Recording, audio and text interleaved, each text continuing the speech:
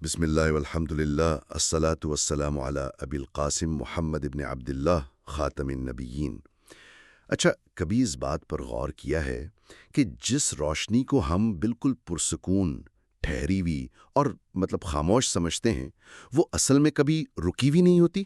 جی بظاہر تو وہ بڑی پرسکون لگتی ہے۔ بالکل، لیکن آج کی اس علمی نشست میں ہم ایک ایسے موضوع پر بات کرنے جا رہے ہیں جو بظاہر لغت کا ایک لفظ لگتا ہے، لیکن حقیقت میں یہ پوری کائنات کی وسعتوں کو سمیٹے ہوئے ہے۔ آج ہم اللہ تعالیٰ کے ایک انتہائی خوبصورت اور گہرے نام یا صفت نور السماوات والارض، یعنی آسمانوں اور زمین کا نور، اس کا ایک تفصیلی جائزہ لیں گے۔ اور یہ بہت ضروری بھی ہے کیونکہ ہمارا مقصد صرف اس کے لفظی معنی جاننا نہیں ہے۔ ہاں، بلکہ ہم اس حیران کن میکانزم کو سمجھنا چاہتے ہیں کہ یہ نور کائنات میں کس طرح ظاہر ہوتا ہے، یہ ایک انسان کے سینے اور دل تک کیسے اترتا ہے اور ہماری روزمرہ کی زندگی کو کیسے بدلتا ہے۔ صحیح کہہ رہے ہیں۔ اور یہ موضوع اس لیے بھی خاص ہے نا کہ جب ہم نور کی بات کرتے ہیں تو ہم محض کسی خیالی تصور کی بات نہیں کر رہے۔ یہ ایک جیتی جاگتی حقیقت ہے، لیکن اس سے پہلے کہ ہم اس کی روحانی گہرائیوں میں جائیں، ہمیں عربی زبان کی لغت کو سمجھنا ہوگا۔ جی، وہ تو بنیاد ہے نا۔ بالکل۔ دیکھیں، مشہور ماہر لغت علامہ جوہری رحمہ اللہ نے نور کو بہت ہی سادگی سے ضیاء قرار دیا ہے، یعنی روشنی۔ یہ تو ایک عام فہم بات ہے، لیکن اصل میں جو چیز انسان کو سوچنے پر مجبور کرتی ہے وہ علامہ ابن فارس رحمہ اللہ کا تجزیہ ہے۔ ارے ہاں، جب میں ذرائع میں ابن فارس رحمہ اللہ کا وہ نقطہ پڑھ رہا تھا تو یقین کریں مجھے ایک لمحے کے لیے لگا کہ میں لغت کی کتاب نہیں پڑھ رہا بلکہ جدید طبیعیات یعنی فزکس کی کوئی کتاب پڑھ رہا ہوں۔ واقعی؟ وہ کیسے؟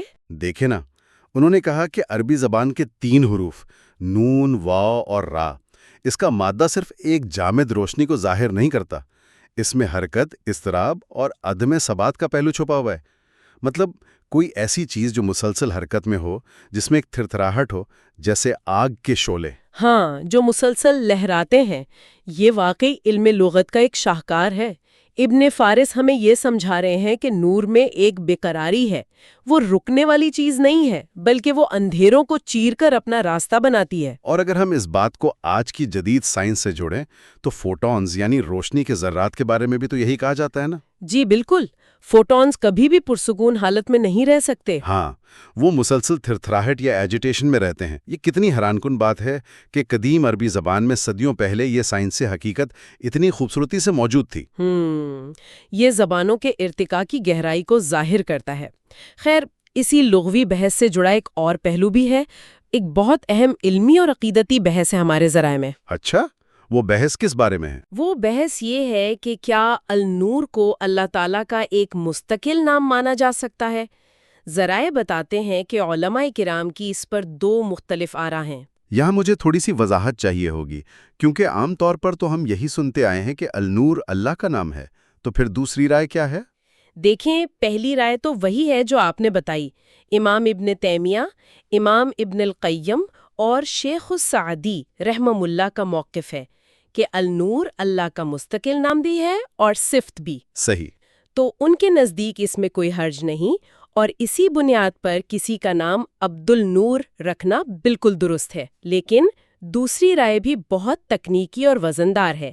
شیخ ابن باز اور شیخ صالح الفوزان جیسے علماء عربی گرامر کی اضافت کے اصول پر بات کرتے ہیں۔ اضافت یعنی 2 چیزوں کو جوڑنا؟ جی ہاں، ان کا کہنا ہے کہ قرآن مجید میں یہ لفظ کبھی اکیلے آزاد حیثیت میں اللہ کے نام کے طور پر نہیں آیا، یہ ہمیشہ نور السماوات والارض یعنی آسمانوں اور زمین کا نور بن کر آیا ہے۔ اچھا، تو چونکہ یہ جوڑ کے ساتھ آیا ہے اس لیے وہ اسے مستقل نام نہیں مانتے۔ بالکل، وہ اسے ایک صفت یا پھیر کا اظہار سمجھتے ہیں، اور اسی بنیاد پر وہ کہتے ہیں کہ عبد النور نام رکھنا درست نہیں ہے۔ یہ بظاہر سادہ سے لفظ پر اتنی باریک بینی یہ ظاہر کرتا ہے کہ علماء اللہ تعالیٰ کی ذات کے معاملے میں کتنے محتاط تھے۔ انسان کی عقل تو ویسے بھی اتنی محدود ہے، ہم تو چھوٹی سی چیز نہیں سمجھ پاتے، تو اس لامحدود ہستی کا احاطہ کیسے کریں گے؟ استغفر اللہ، آپ نے بالکل درست کہا۔ ہماری عقلیں نہایت محدود ہیں۔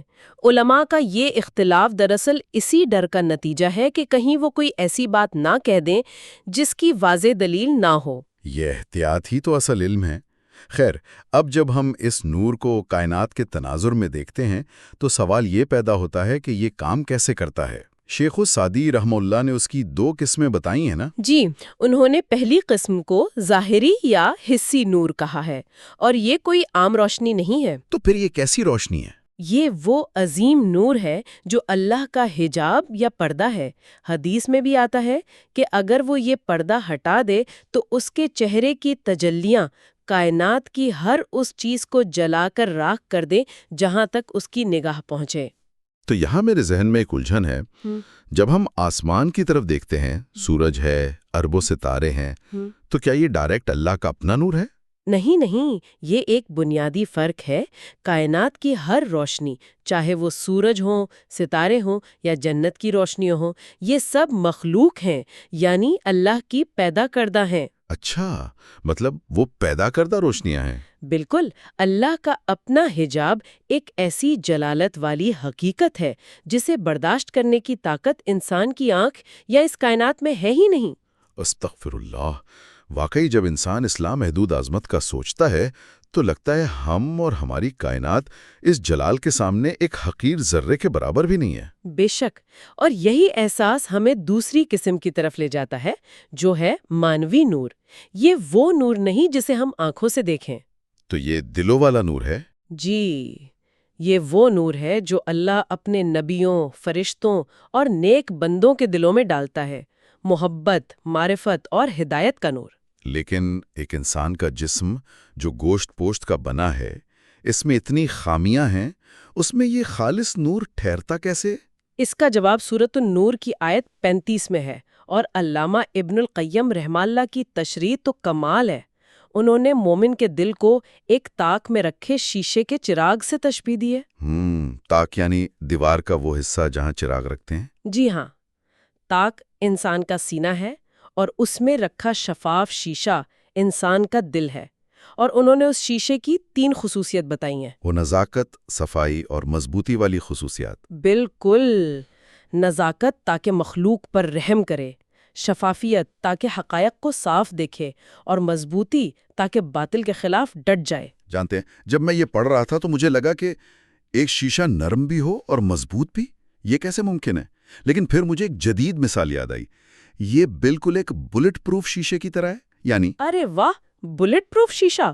یہ زبردست مثال ہے، کیسے؟ دیکھیں نا، ایک بلٹ پروف شیشہ اتنا شفاف ہوتا ہے کہ روشنی اس کے آر پار گزر جاتی ہے۔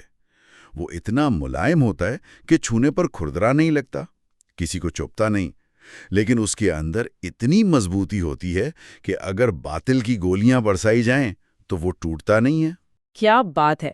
ایک مومن کا دل بالکل ایسا ہی ہونا چاہیے، مخلوق کے لیے ریشم جیسا نرم اور باطل کے سامنے بلٹ پروف۔ لیکن افسوس ہوتا ہے کہ اکثر انسان گناہوں کی وجہ سے یہ شفافیت کھو دیتے ہیں۔ استغفر اللہ! واقعی یہ بڑے دکھ کی بات ہے کہ جس دل کو اتنی مہارت سے بنایا گیا، ہم خود اس پر زنگ لگا دیتے ہیں۔ لیکن اگر دل ایک صاف شیشہ ہے تو اس میں روشنی جلانے کے لیے جو تیل چاہیے وہ کہاں سے آئے گا؟ وہ تیل دنیا کے کسی بازار سے نہیں ملتا، وہ نور ہدایت اور وحی سے آتا ہے۔ ذرائع کے مطابق تمام آسمانی کتابیں اور خاص طور پر قرآن مجید کو نور کہا گیا ہے، اور نبی کریم صلی اللہ علیہ وآلہ وسلم کو بھی روشن چراغ کہا گیا ہے۔ یعنی وحی اور سنت وہ خالص تیل ہیں جو اس دل میں جلتے ہیں۔ اور یہاں قرآن کا ایک بڑا لطیف اعجاز بھی ہے۔ قرآن میں گمراہی کے لیے ہمیشہ ظلمات یعنی جمع کا صیغہ استعمال ہوا ہے، اندھیرے، لیکن حق کے لیے ہمیشہ نور واحد کا صیغہ آیا ہے۔ اس میں بہت حکمت ہے نا۔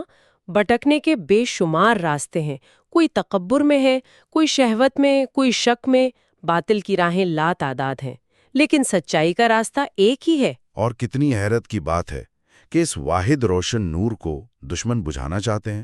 قرآن کہتا ہے وہ اپنے منہ کی پھوکوں سے بجھانا چاہتے ہیں، یہ تو ایسے ہی ہے جیسے کوئی زمین پر کھڑا ہو کر سورج کو پھونک مار کر بجھانے کی کوشش کرے۔ بالکل، یہ انتہائی بے وقوفانہ عمل ہے۔ حق کے سامنے ان کے پروپوگینڈے کی اوقات ایک پھونک ہی تو ہے۔